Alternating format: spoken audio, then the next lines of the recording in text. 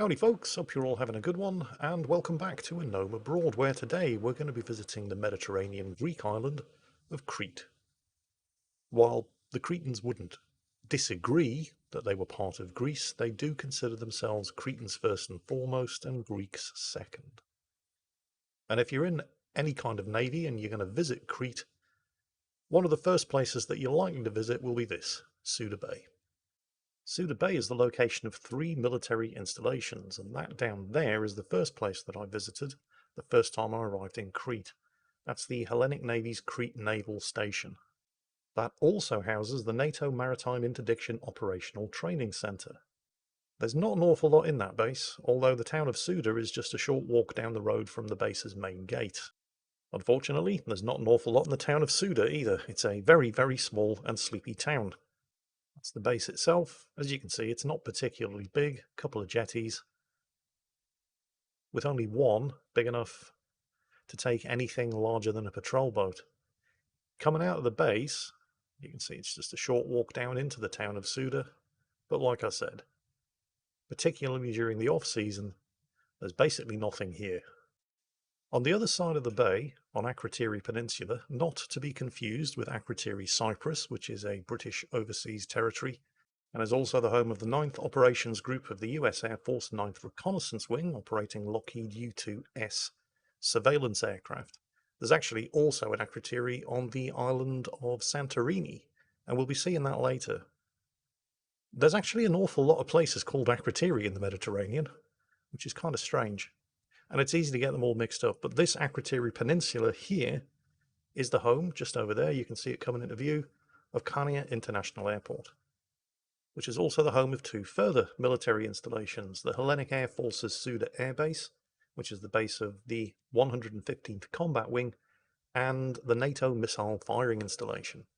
That's a missile test firing installation, which has been used by Greece, Germany, the Netherlands, the USA, Belgium, Denmark, and Norway. It's one of the places where they tested the US Army's Patriot surface-to-air missile launcher, which saw a lot of use during the First Gulf War, shooting down Iraqi Scuds. Mostly around Tel Aviv, where the Patriots were highly successful in shooting down Iraqi Scuds that had been targeting Israel in an attempt to provoke Israel into entering the war, driving a wedge between the Western nations and the Arab nations who formed the coalition that was liberating Kuwait. Thankfully, the Patriots worked, and Iraq's attempt to escalate the war didn't. But anyway, I didn't bring you to Crete in order to talk about missile test firing ranges, and I never even visited the Akrotiri Peninsula, because we sailed to Crete, we didn't fly into the airport.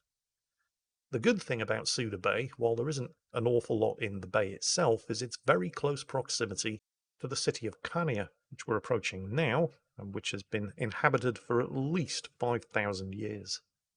The city gets its name from the site of the Minoan settlement of Kydonia, but over the millennia it's been colonized by the Dorian Greeks, the Romans, the Byzantines, most notably the Venetians, but also the Ottomans, and for a very brief period in the mid-1940s, the Germans, and we'll be talking more about that in a moment, but right now we're flying over the waterfront and the Venetian fortress. This is the old Venetian harbour. Chania was probably at its most wealthy and influential when it belonged to Venice. There's actually a fairly amusing story about that. After the fall of Byzantium in the Fourth Crusade, the entire island of Crete was given to the King of Thessalonica. He, however, chose to sell it to Venice for the price of 100 silver marks. Now, you might think that Venice got a bit of a bargain, but, well, first, nobody had bothered to ask the Cretans what they thought of the whole thing. And so Venice first had to actually subdue the entire island before it could impose control. Their rivals in Genoa, with local Cretan support, seized the city and held it until 1285, when the Venetians returned and were finally able to subdue the whole island. And it was at that point where Venice started investing into the city, built up the harbour, built a fort, and started making coin hand over fist because of its strategic location in the middle of the Mediterranean. Chania today is a fantastic place to visit. It's the ideal sized city for me because it's not too big that you can't get around. It's small enough that you can see everything that you need to see travelling on foot, but it's still big enough that it's got all of the facilities that you could possibly want. Plenty to see, plenty to do, lots of good food and drink. What more could you ask for?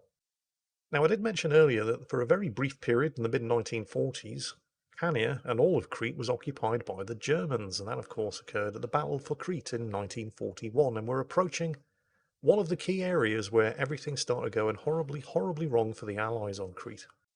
By May 1941, the Royal Navy, at considerable cost to itself, had managed to evacuate and extricate the British Army from Greece, where they'd been having a terrible time at the hands of the Germans. Crete, of course, as an island, was going to be a hell of a lot more difficult for Germany or Italy to invade than mainland Greece, so after dropping off the British and Commonwealth troops on Crete, the Royal Navy bid them a fond farewell, headed back to Alexandria in Egypt to lick its wounds with the fervent hope that the British and Commonwealth ground forces wouldn't screw up Crete as badly as they'd screwed up the defence of Greece. We wouldn't want to have to come back and evacuate you from this place right after evacuating you from Greece. Yeah, about that.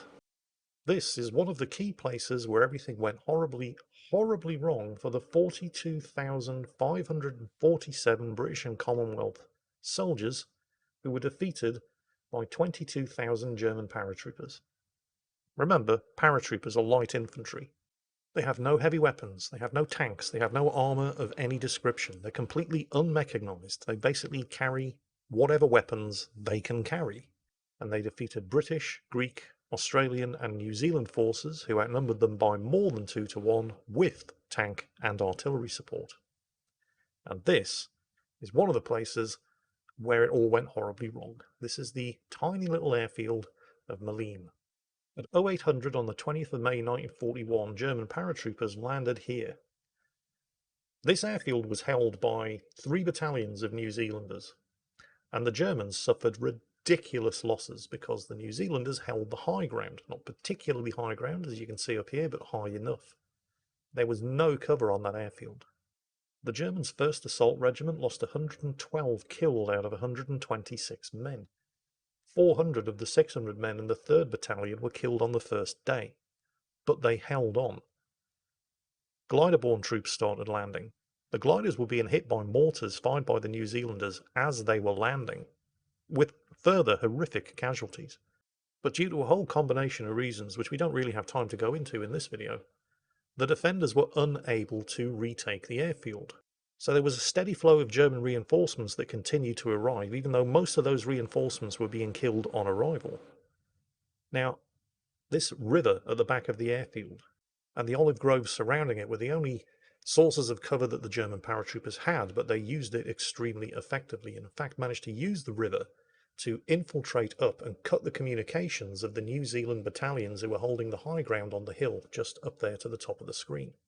As a result of this, the New Zealand headquarters battalion thought that they were being overrun, and on the day after the initial landings, they pulled back from their defensive positions. And that meant that the gliders and the Ju-52 transports could land more reinforcements uninterrupted, and the Germans were able to eventually break out of their landing zone. And that was it, as far as Crete was concerned. And then, of course, the Royal Navy had to turn up and evacuate them all again, at further cost in men and ships. And like, guys, we talked about this. Crete had big ramifications for the Germans as well, though, even though they were successful, because they took such hideous losses in paratroopers that Hitler outright refused to even contemplate doing any further airborne assaults throughout the rest of the entire war. And it wasn't just the losses in men from the paratroop divisions, it was the losses in transport aircraft, because Barbarossa, the invasion of Russia, had to go ahead without all of those transport aircraft. And even after Crete had been taken and those transport aircraft could be sent back to Russia, they'd lost so many of them that the Luftwaffe transport organisation never recovered, which had big consequences later on in the war, particularly when they were attempting to resupply Stalingrad. They just didn't have the aircraft anymore. But anyway, getting back to Crete itself.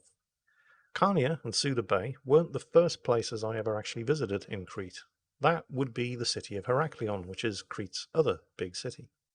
In fact, it's Crete's biggest city and also the island's administrative capital. And the thing that I remember most about Heraklion, despite its obvious size, is that somehow, particularly in the area around the waterfront, in the bars and tavernas and cafes, it somehow still managed to retain that sleepy Mediterranean coastal summertime atmosphere, even though it is a fairly sizable city.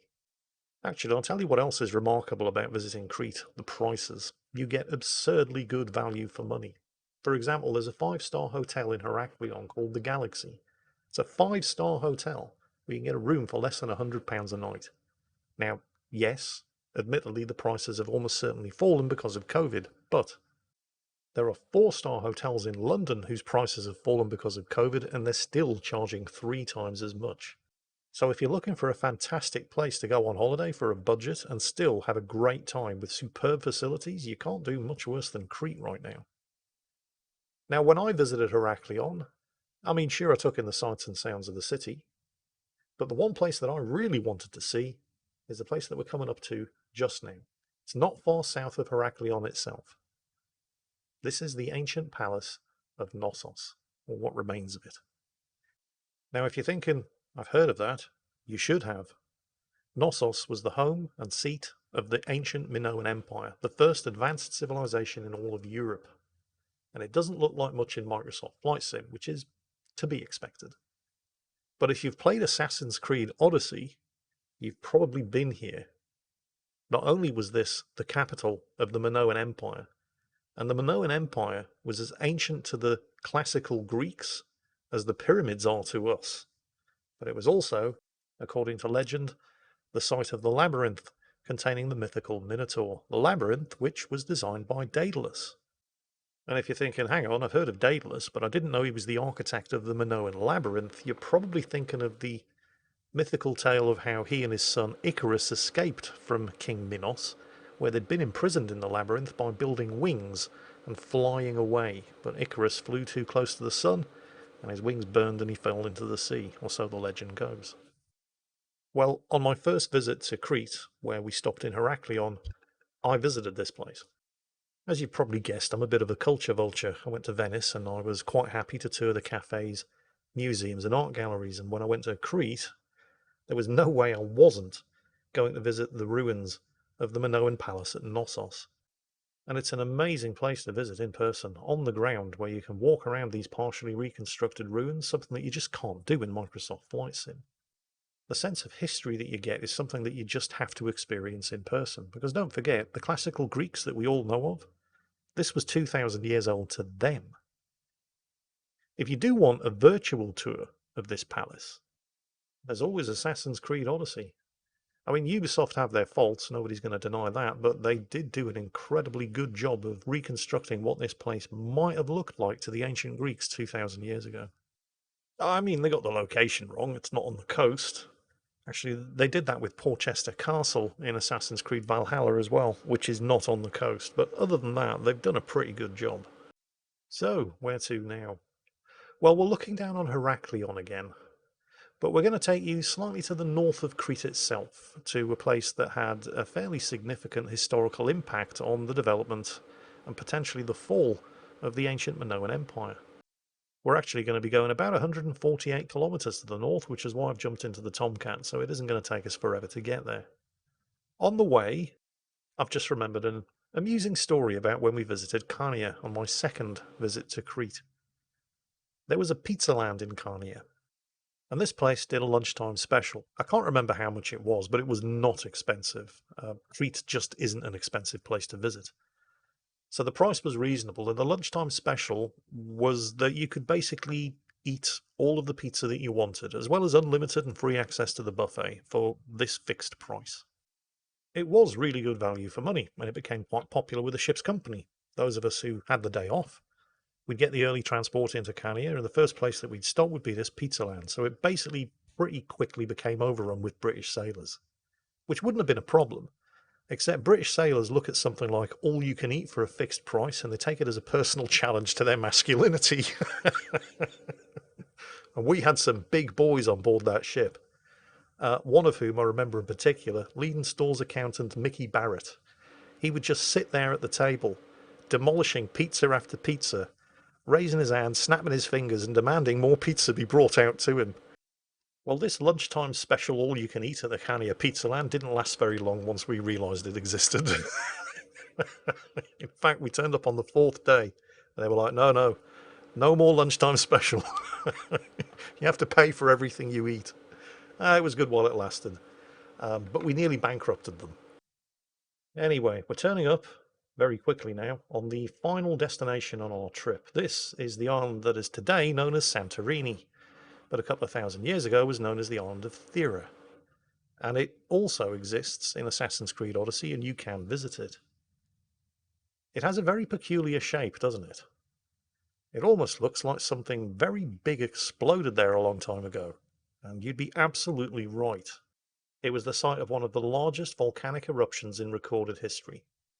3,600 years ago, it was known as the Minoan eruption. Even though it's nearly 200 kilometers away from Knossos, the capital of the Minoan Empire, there was a Minoan settlement here, and it was called Akrotiri. I did tell you that name gets around a lot. Unsurprisingly, Akrotiri on Thera, on modern-day Santorini, was completely destroyed. But the eruption had side effects, including tidal waves, that completely wrecked all Minoan civilization on the northern coast of Crete, and plunged the empire into an economic disaster from which it never recovered.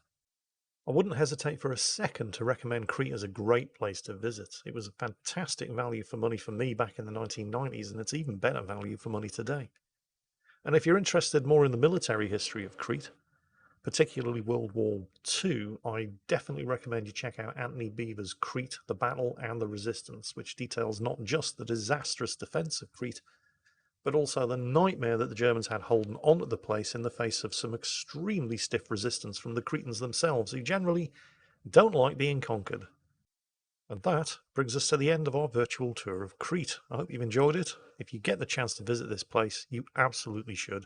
And as always, take care, stay safe, and I'll catch you next time.